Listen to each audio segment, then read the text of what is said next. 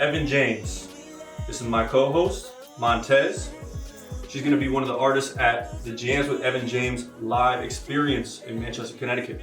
She is an experimental R&B pop girly. She's done shows in Hartford, New Jersey, New York. She's opened up for pop singer Eli.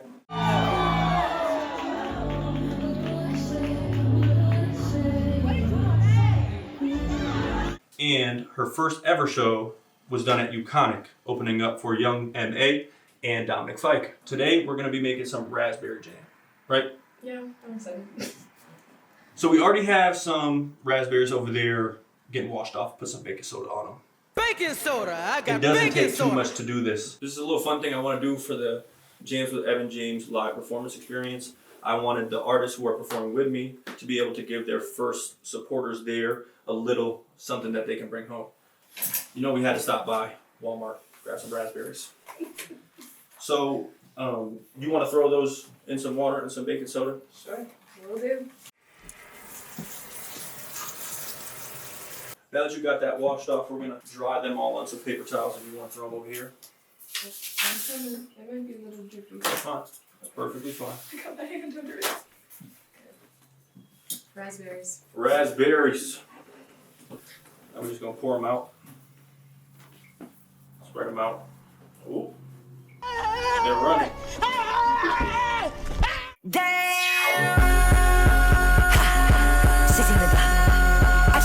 So we're gonna start with the most cliche.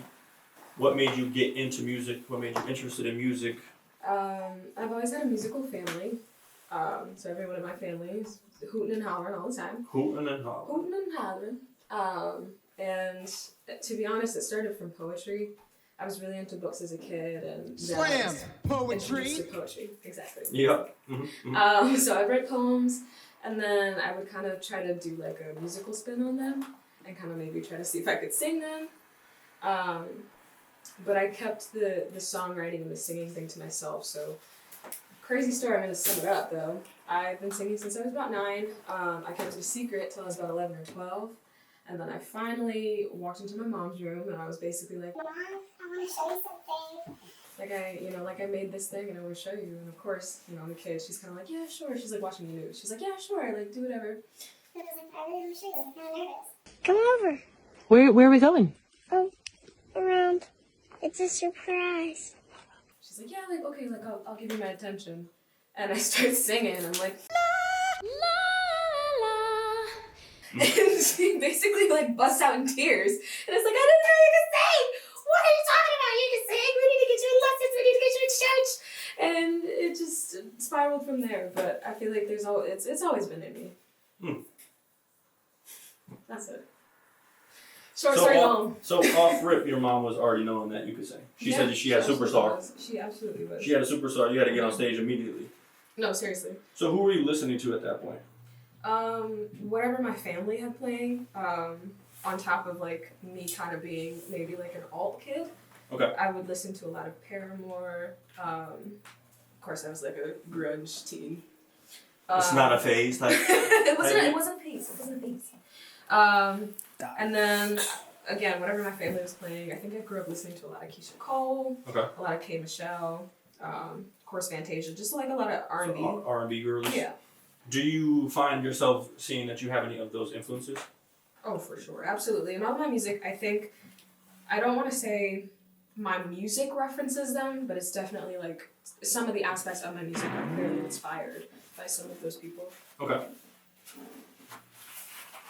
Okay, so as you saw, we just put all the raspberries into our pot. Oh, really? Next we're going to chop up a couple lemons, get them juiced. Wait, what? And, scrub it down. We're going to get them juiced, and we'll need 2 tablespoons of lemon juice. Throw that in there, and we can start smushing up them raspberries. How will we do that? Okay, so you want to grab, there's a knife in this drawer right here. Mm-hmm. You want to cut these in Yeah. half, and we can start squeezing? Mm-hmm. K. Michelle, Keisha Cole. Mm-hmm. If you were to make a song right now, I know that those are a little bit kind of throwback R&B girls, but if you were to make a song right now, 2 other artists, you can have them on a verse, you can have them on a hook. Who you picking?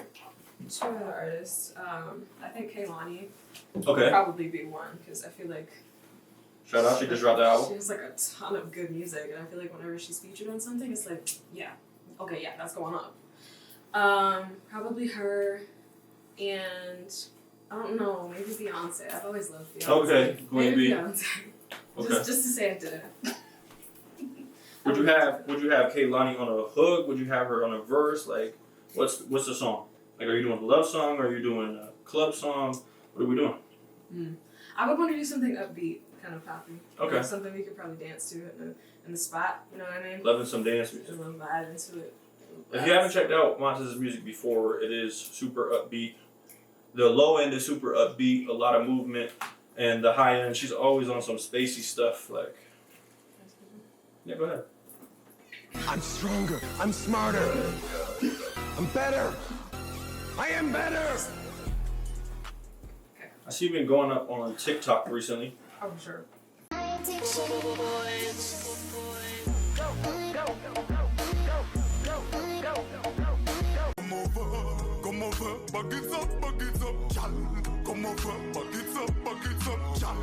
Always posting funny stuff, dance stuff. Yeah. If you had to use one app for the rest of your music career to really try to get people out there, would it be TikTok or would it be something else? Or would you make something different? No, it would be. Well, I don't think I would make anything different. Well, I'm not gonna lie. I probably would make something different because I feel like TikTok is currently being restricted. So if I could make another like something, it would be TikTok without the restrictions, without people coming on and like changing the rules, changing everything. I feel like it's been changed a little bit. Currently a problem. But yeah, I live on TikTok basically. So TikTok for the rest of your, you feel like you could post your music, you could post videos, you could post everything on there? Yeah, I could be myself in my most authentic way. Posting my funny, posting my serious, posting my music, posting me. TikTok it is. Okay. Now I'm gonna do some very quick. We're doing 2 tablespoons of lemon juice in here, and then if you want to start smashing, go ahead and start smashing. You can do this with that rubber handle. So you're stuck on an island, deserted on an island. You get one of each of these things. One dessert. One dessert? I'm stuck on an island, and this is like the only dessert I've ever had. A little sweet something. Oh my goodness. Probably brownies. Okay, brownies.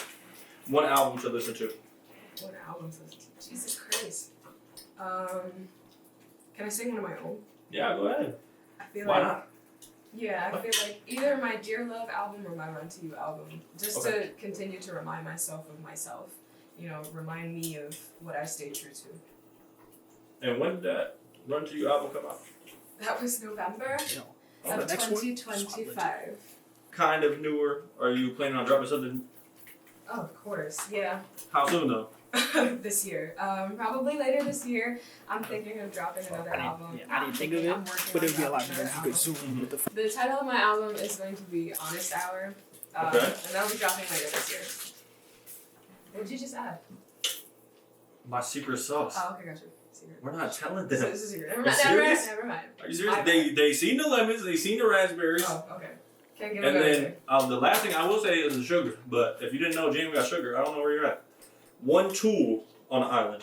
You could use it to maybe build stuff. You could use it to get food. What's the tool that you're going for? One tool. This is like wild of me to say, but probably like a machete. Okay. Is that loud? You could stab stuff. You could build stuff. Like, you could stab. I could cut down a tree. Okay. And then one thing for entertainment. For entertainment, like an electronic device or like what? Like I mean, yeah, you could if you had a Game Boy that never ran out of battery. You could have a basketball if you're into that. You could have I don't know because like an endless crossword puzzle book. Yeah, like if I'm on an island, I feel like maybe just like a fidget something because that'll last like in terms of entertainment. A fidget spinner? Yeah, not a spinner. Maybe like something like I can click on. Like how they have the buttons sometimes, like something like that. Oh, it's bubbling. Okay, we're getting a boil. It's bubbling. Getting a boil. Keep going with that. Okay. I'm still trying to get the rest of the berries. There's still some whole ones in here. I mean, realistically, that's the beautiful thing about this.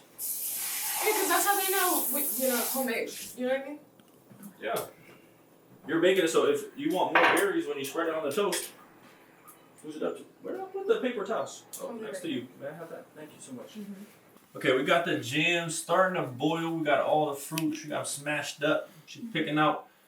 We washed them, but sometimes you get a little leaves. But you know what? You pick them out as you see them.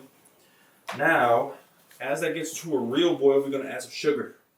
You want to know how much sugar? Probably not, but for 8 cups of fruit, 7 cups of sugar. So if you got a background of diabetes, maybe use it lightly. Maybe my grandma got it. Oh. Yes! No! Why not? Why won't you sing? Because singing killed my grandma, okay? One slice of toast with half a teaspoon of jam. Yeah. It tastes real good. It tastes really good. Some people. Bop it. Twist Right. it. Right. That's how you beat. Right. I'm getting you. I'm getting you. Twist it. Whoa. Are we boiling? Kind of. Maybe not. I don't know. No. We gotta see the bubbles everywhere. Okay, so for your origin story of music, it seems like your family was already on board. So in terms of you getting outside, getting on stages, and releasing your own music, was there any type of thing that they wanted you, like they wanted you to make this type of music, or they wanted you to be this type of artist? Like, was that ever happening? Yeah. So I think because of the musical influence, like they very much initially wanted me to make like super R&B music, like kind of like almost like Keisha Cole, like very R&B, but like there's still like belty parts and like I can still like reach like a huge like climax or pinnacle of the music, but like it wasn't really working out for me because I feel like yes I can do those things, but I didn't really feel like that kind of sound was speaking to me. You're right. But yeah, I just didn't feel like, I don't know, like that was my type of vibe. Like, again, yes, I can do those things, but like it just wasn't it for me. Runs, belting. Yeah, like I don't know, like I do all that kind of stuff in church, I feel like. But when it comes to like the sound that I want for myself, like what do I want to put out for my own music, like integrity, I just didn't feel like that aligned with me at the time. So there was a little pushback in that way. Yeah, a little pushback when I first started like recording music. Because your music is a little bit more relaxed, more chill. Yeah, that's kind of like what I want to do. Like I want something that like you can listen to that doesn't feel like super chaotic at some points. Like yes, I do have songs like that. I do have songs like Beacon. That. Don't get me wrong. Yeah, like I did Beacon for sure. Hitting that high note in the. Yeah, like I have songs like that, but I didn't want that to be like all of my music. I want like music that makes me feel something and also makes like the listener feel something as well. Like that. Yeah, you know what I mean? Like I feel like that's not like you can't help. Get up. Listen to that. Get up. Dance. Get up. I've seen whole rooms move to that. It's the best bet. Yeah. I do like the more popular songs, but I love a deep cut. Yeah. Little album deep cut. Even though if you want to call it a little EP, 2 songs on there. One of my favorite songs by you is BHD. Yeah. So do you feel like those two are kind of opposite ends of the spectrum? What is Honest Hour gonna look like or sound like? Honest Hour might be a little bit more into that R&B vibe, I want to say, like, because yes, I have made the kind of music that I wanted to make for myself, like the pop, the dancey, the chill, the very like low key, very emotional. But I think Honest Hour, I think that's gonna come across as an album where I have something to say, because it tells a story of basically being in your honest hour. Like this is the hour of honesty. I may be, you may feel called out. You may feel like, like dang, like that's what she gotta say. So kind of take it as like maybe a little more true to the R&B sound, but in my own way, my own version of that. Like that. Truth. True. Sorry.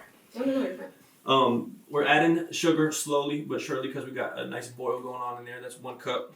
So for 6 more cups, it's gonna be 2 cups. If you wanna slowly jump that in there. In the intro, I said that you performed at UConnic. Yeah. And if anybody isn't a UConn alumni, like Montez here, what is UConnic? UConn. Huskies. UConn. What is UConnic? UConnic is essentially it's like a huge festival, like concert type situation. They have like artists come out. It's basically like a homecoming kind of. It's like their homecoming. Okay. They have artists come out. There's tons of like vendors and like games and like fun things.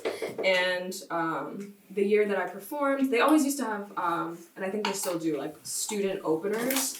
So they give students the opportunity to open for whatever artist that's performing that year. And there's an application, of course. The year that I was there, who was performing? Young M.A. and Dominic Fike were performing that year.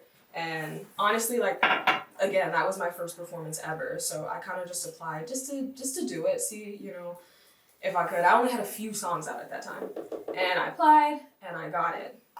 So it's basically like a massive concert is the big part of it, the performance aspect of it. So a massive concert, all of the students are there. And the Gamble, like the big place where they have the basketball games. Like, I don't know how else to describe that, like a stadium, I guess. The pavilion. Gamble Pavilion. That's the term. That's it. That's what it's called. Term. That is what it's called.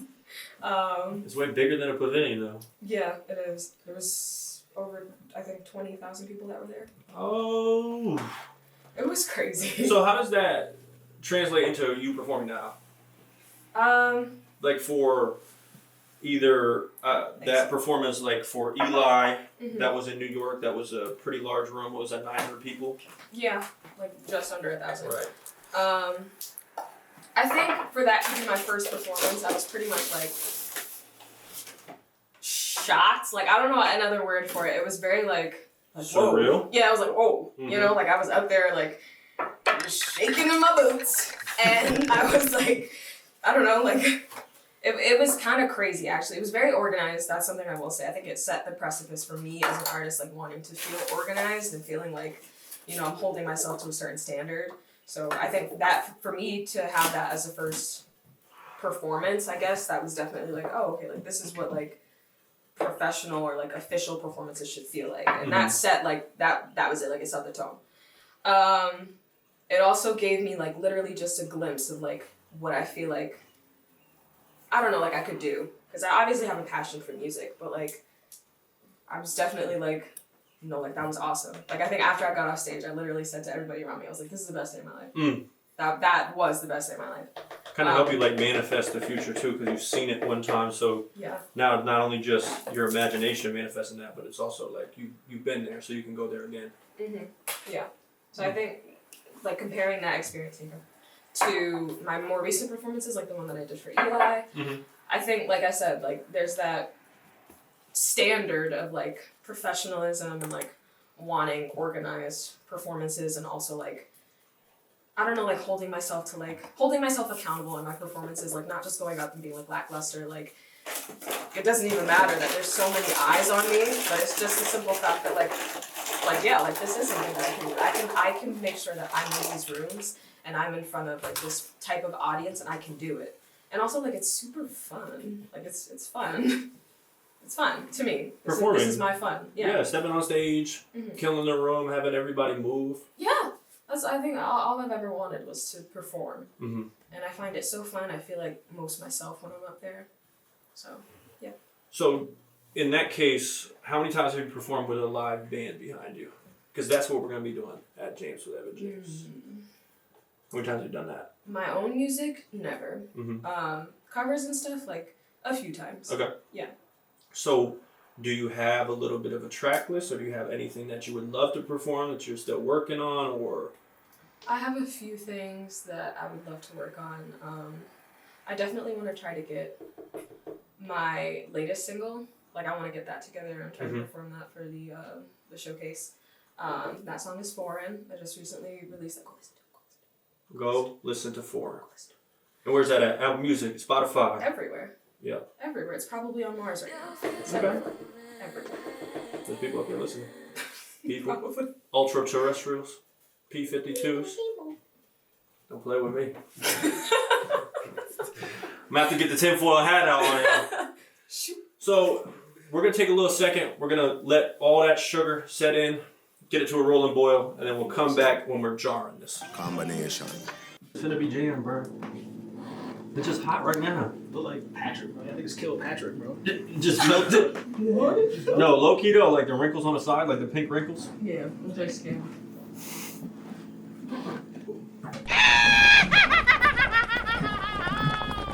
ready to brew. No. Voila! The lava is happening. And now, if you want to scoop off that little foam on the top, just scrape the top as much as you can. What you haven't seen is that in the background, I've been heating up the mason jars. You gotta have them hot when this hot ass jam is gonna be jumping in them. Go to Walmart. Shout out Walmart. This is not a brand deal. No, it's not. Mainstays, come get with us. Mainstays sponsor this next one. Please, me, I need this. We need your candles. We need your cooking gear. They're looking good. It's just gonna keep foaming. So right now, what we gotta do is take it off that heat. Whoa.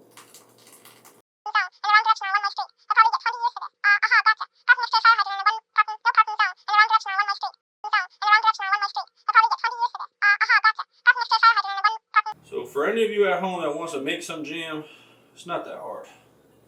The reason why I started this anyway was because I remember my grandmother taught us how to make jam, and she had us outside picking grapes, picking blueberries, bringing them inside. And I turn off.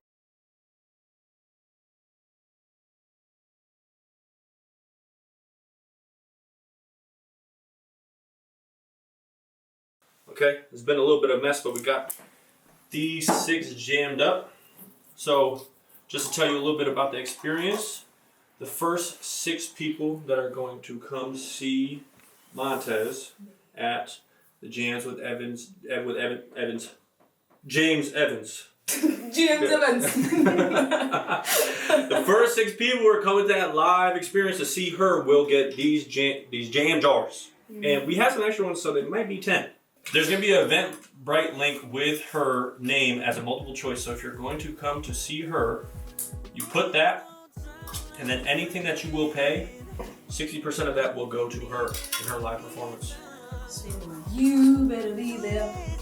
You better be there. Yes, you should. Yes, you should. Get yourself some jam, get yourself some food, get yourself a drink, and listen to some amazing live music.